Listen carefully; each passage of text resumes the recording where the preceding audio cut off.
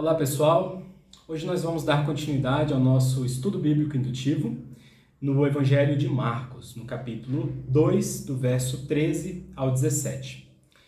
Lembrando que essa série de estudos que eu tenho feito, eles têm como dois objetivos principais. O primeiro é ajudar a todos nós, crentes no Senhor Jesus, a lermos melhor a palavra de Deus, interpretarmos melhor e aplicarmos melhor para as nossas vidas. Esse é o meu primeiro propósito com essa gravação desses vídeos. O segundo é de que isso seja uma ferramenta para os nossos pequenos grupos, para talvez reuniões em que esse formato é permitido dentro das nossas igrejas, ou talvez em universidades, faculdades, onde o Senhor te conduzia a realizar esse estudo bíblico indutivo. Eu creio que essa é uma ferramenta maravilhosa que só tem a acrescentar ao povo de Deus. Por isso, esse é meu segundo propósito ao gravar esses vídeos. Tendo dito isso, vamos ao nosso texto. Marcos capítulo 2, do verso 13 ao 17. Diz assim: eu estou lendo na Revista e Atualizada, a versão da minha Bíblia. De novo, saiu Jesus para junto do mar, e toda a multidão vinha ao seu encontro, e ele os ensinava. Quando ia passando, viu a Levi, filho de Alfeu, sentado na coletoria, e disse-lhe: segue-me. Ele levantou-se e o seguiu. Achando-se Jesus à mesa na casa de Levi, estavam juntamente com ele e com seus discípulos muitos publicanos e pecadores, porque estes eram em grande número e também o seguiam. Os escribas dos fariseus, vendo-o comer em companhia dos pecadores e publicanos, perguntavam aos discípulos dele: por que come e bebe ele com os publicanos e pecadores? Tendo Jesus ouvido isto, respondeu-lhes: os sãos não precisam de médico, e sim os doentes. Eu não vim chamar justos, e sim pecadores. Como eu tenho dito, o ideal é que nós leamos a passagem pelo menos 3 vezes. E se você está em companhia de mais pessoas, a ideia é que todos possam participar, e se tiver versões diferentes da Bíblia, melhor ainda, não é um problema, porque pode ajudar a compreensão ficar mais clara, pois às vezes um termo que está mais difícil na minha versão, por exemplo, pode estar mais fácil na sua versão. E então as versões se complementam.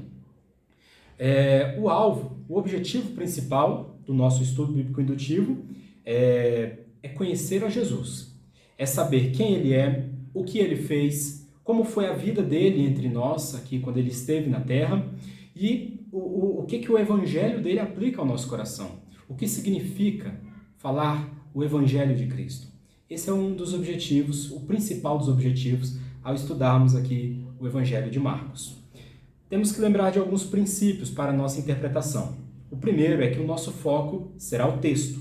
Nossas discussões, nossos pensamentos, nossas ideias têm que estar vinculadas ao assunto dessa passagem. É até mesmo bom para a gente cuidar da nossa mente, para que a gente não disperse muito e acabe perdendo alguma informação importante ou não interpretando corretamente a passagem. Quando estamos em grupo, é ideal lembrar que as opiniões e comentários são extremamente bem-vindas, porém, tem que ter relação com o texto estudado, novamente, para que a gente não se perca no meio do caminho. E quando formos pensar em outros textos, que sejam outros textos que tragam luz a este, e não que desviem novamente o nosso assunto. Dito esses 3 pontos, esse último, apenas um detalhe, é que normalmente, quando estamos em grupo, que Deus abençoe assim, que tenha não crentes entre nós, aqueles que ainda não conhecem o Senhor, e que por meio desse estudo vão poder conhecer mais do Senhor Jesus. Então o ideal é que quando vamos pensar em outros textos, que sejam textos para clarear este daqui, e não para trazer uma ideia de complicação, pois a palavra de Deus não é complicada. Dito isso, vamos para a nossa primeira parte, que é observar o texto. Lembrando que o estudo tem 3 partes: observação, interpretação e aplicação. A primeira parte, a observação, a gente vai descobrir os fatos do texto. E uma pergunta simples que nós devemos sempre fazer a um texto, seja bíblico ou não, se queremos interpretar essa narrativa, quem é que estava nessa passagem? Quem são os personagens, nesse caso, personagens históricos que aparecem no relato? Então nós lemos aqui no verso 13 que Jesus é o primeiro personagem. Depois, colocamos aqui na categoria de personagem, mas é claro que é muito mais, está a multidão. Então temos esse segundo personagem que é a multidão. Depois nós temos Levi, Levi, aqui eu vou fazer um leve parênteses, que ele é o Mateus, o evangelista Mateus. Se você ler lá no Evangelho de Mateus, no capítulo 9, verso 10, você vai ver que Mateus, ao escrever sobre o seu próprio testemunho, o seu próprio chamado, ele coloca o seu nome, Mateus. Aqui, Marcos coloca o nome, os estudiosos dizem que era o nome anterior de Mateus, o nome de família, talvez, que era Levi. Então, Levi e Mateus, no Novo Testamento, são a mesma pessoa. E Levi, ou Mateus, era um publicano. Mais à frente a gente vai falar um pouquinho, mas brevemente, um publicano era um cobrador de impostos a serviço de Roma. Roma era quem governava sobre o povo de Deus aqui, sobre Jerusalém. Então, quando essa pessoa, esse judeu, se prestava a trabalhar para Roma, era uma pessoa muito mal vista. Era alguém que praticamente tinha traído a nação. Além disso, os publicanos também eram conhecidos por serem corruptos. Eles cobravam mais do que deveriam dos impostos e acabava que se tornava muito pesado para as pessoas esses impostos. Temos mais um personagem, fecha esse parênteses sobre quem era Levi. Diz aqui o texto, verso 15, que depois que Levi foi seguir a Cristo, muitos publicanos e pecadores, ou seja, temos mais personagens aqui. Antes também diz aqui que os discípulos de Jesus o seguiam. Depois temos os escribas e fariseus. É interessante que é colocado aqui publicanos e pecadores. O publicano ele era tão mal visto que ele era colocado na mesma categoria de um pecador. Talvez aqueles que não pertenciam ao povo de Deus, aqueles que não eram judeus. Então, ser publicano era praticamente um xingamento da época. Era a pior categoria da sociedade. E nós temos, por fim, nos personagens aqui, os escribas dos fariseus. Quem eram esses escribas? Eram os líderes religiosos judaicos da época que eram responsáveis pelas cópias dos pergaminhos. Logo, eram pessoas muito estudiosas, pessoas inteligentes, pessoas do alto poder aquisitivo, talvez, e também da alta da sociedade. Eram pessoas muito bem respeitadas naquela sociedade. Agora nós fazemos a segunda pergunta de observação. Onde se passa o texto? Onde se passa esse relato? O texto diz aqui no verso 13 que começa junto ao mar, na beira do mar, passa pela coletoria, onde Mateus ou Levi está assentado, e finaliza na casa de Levi. Ou seja, faz todo esse processo e termina na casa daquele que foi chamado por Cristo. Um contexto um pouco maior, nós veremos que Jesus está aqui em Cafarnaum. Quando se passa, nós não temos o relato aqui, nesse texto, do horário ou da época. Temos apenas que está colocado aqui depois do verso 12, que é depois daquela cura do paralítico. Nesse momento, nós temos que fazer aqui um resumo do que está acontecendo. Em suas próprias palavras, um resumo um tópico que resume todo esse texto. Na minha visão, eu colocaria o chamado de Levi, e Levi recebe Jesus em sua casa. Talvez você possa resumir de outra maneira. E agora, o último ponto aqui da observação e eu não vou fazê-lo, mas você fique à vontade, é recontar com as suas palavras este relato. Talvez até sem olhar o texto, para você saber o quanto desse texto ficou guardado apenas na sua memória, nessa primeira parte do nosso estudo. É muito interessante, porque é nesse momento que você consegue diagnosticar o quanto as pessoas conseguiram pegar das nossas leituras iniciais que nós fizemos aqui. Segunda parte, então, do nosso estudo é a interpretação. E a interpretação é determinar o que os fatos que nós vamos colher do texto, e já colhemos, significam. E a primeira pergunta interpretativa é: o que o autor, o escritor, quis informar por este livro? Qual que é a ideia central? E agora nós estamos falando não só do trecho aqui lido, mas de todo o Evangelho de Marcos. E se você já acompanhou os outros vídeos, essa é uma resposta que vai ser repetitiva, porque o propósito do livro não muda. As perícopes, as passagens que nós vamos lendo, elas têm significados distintos, porém o propósito maior do livro não muda. E qual é esse propósito? Marcos capítulo 1, verso 1, diz para nós: princípio do Evangelho de Jesus Cristo, Filho de Deus. Qual que era o propósito? O que o escritor quis informar quando ele escreveu o Evangelho de Marcos? ele quis nos dizer que Cristo, Jesus Cristo, é o Filho de Deus.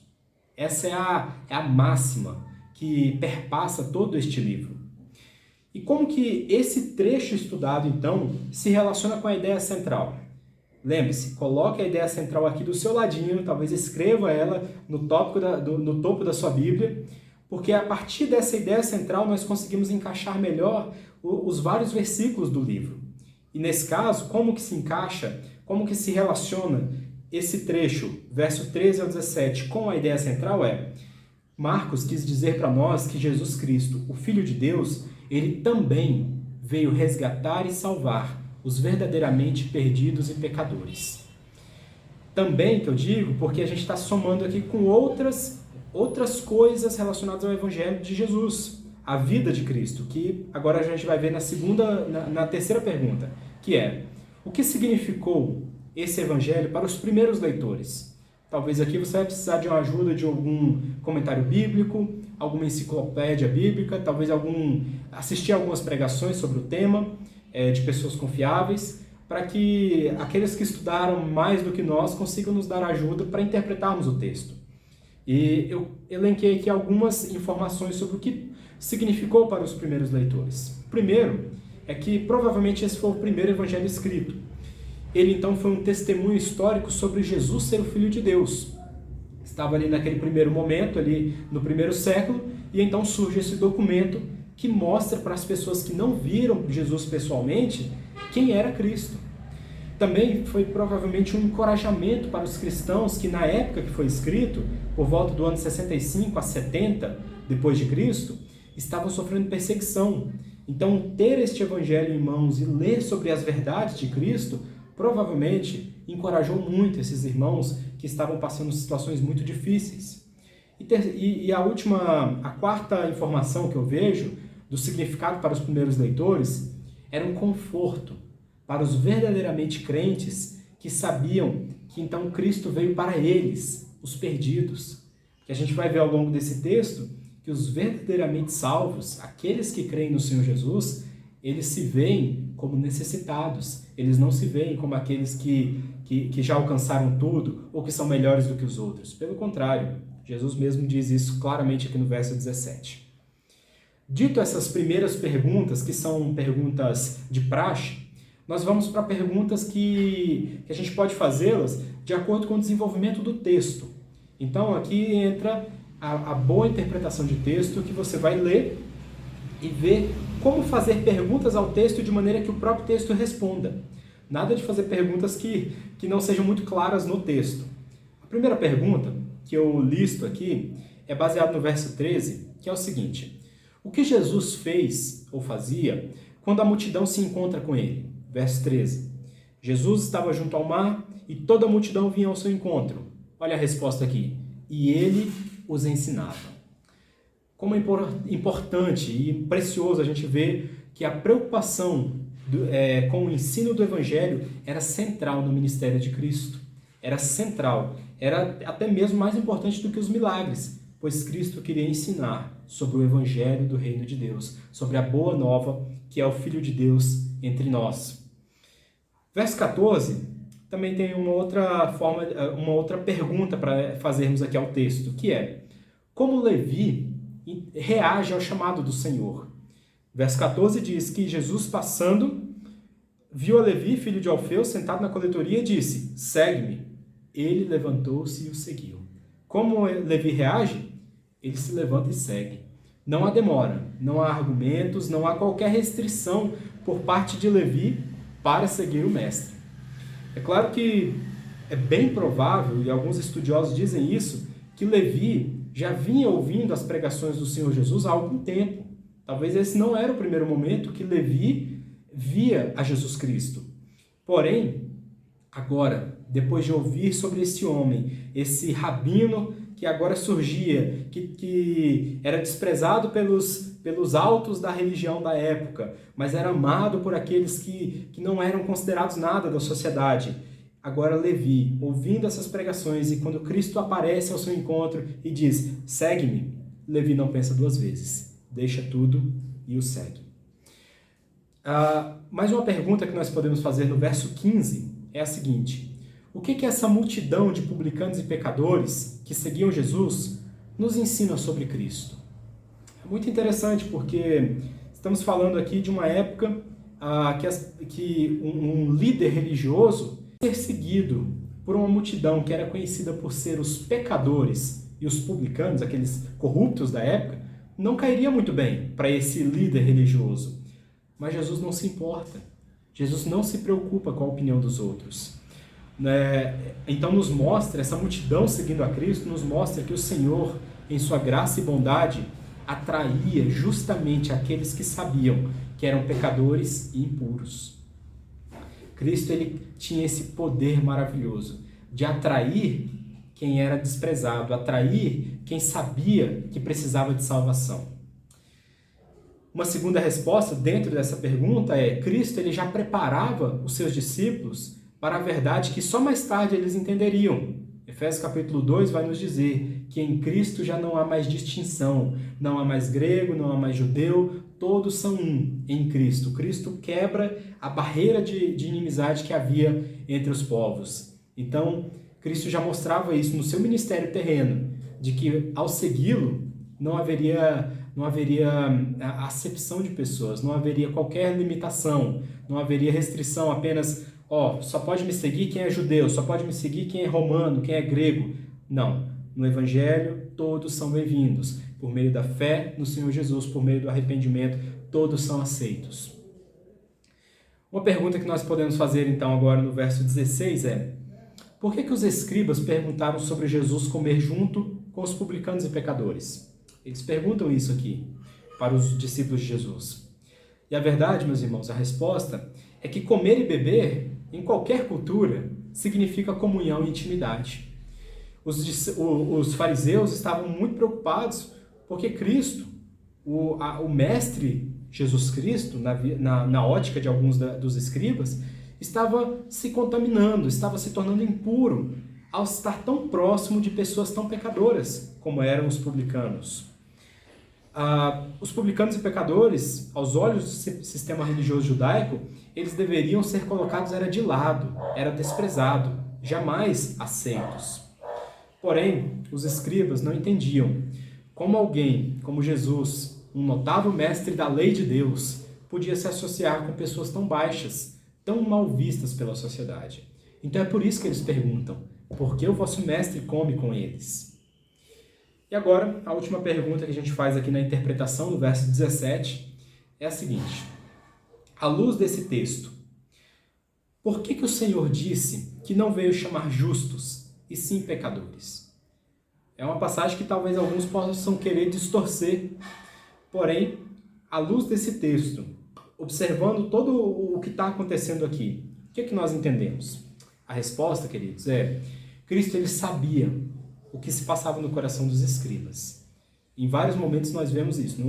No próprio capítulo 2, aqui na história anterior, na perícope anterior, nós vemos Cristo entendendo o que se passava na cabeça dos fariseus. Ou seja, o Senhor conhecia os corações. E ele sabia que os escribas se enxergavam como aqueles que eram saudáveis, como aqueles justos, que não precisavam de redenção, não precisavam de perdão. Então o Senhor os provoca a reflexão ao lembrar que a lei de Deus foi dada aos pecadores. Que pecadores? Toda a raça humana. Não há um justo, é o que diz lá em Romanos. Essa é uma verdade de Gênesis e Apocalipse. Não há ninguém que seja puro, não há ninguém que seja santo, não há ninguém que não peque. Todos nós somos pecadores. Então Cristo queria provocar a reflexão dos próprios escribas, dizendo: vocês se consideram sadios? Pense melhor. Eu vim chamar os que estão doentes, eu vim chamar aqueles que entendem que precisam de salvação, que precisam de redenção.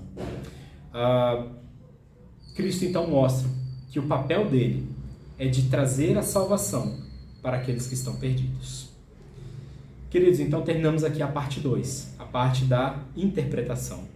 E nós entramos na nossa última parte, que é a aplicação do texto. A aplicação é você pegar tudo que nós fizemos até aqui e perguntar: como agir de acordo com o que nós aprendemos? Se esta é a palavra de Deus, se é Cristo comunicando a sua vontade por meio da sua palavra, nós temos que ouvir.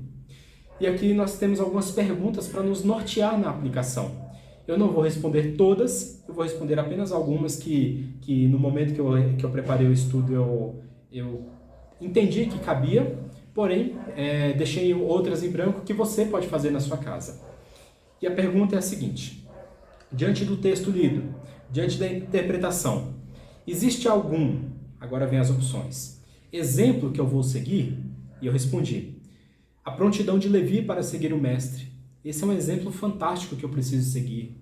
Saber que quando Cristo nos chama, não só a salvação, pois aqueles que já são cristãos, que já creem no Senhor Jesus, já foram um dia chamados e já responderam a esse chamado com fé, mas também quando Cristo nos chama para fazer outras tarefas no seu reino, mesmo depois da conversão.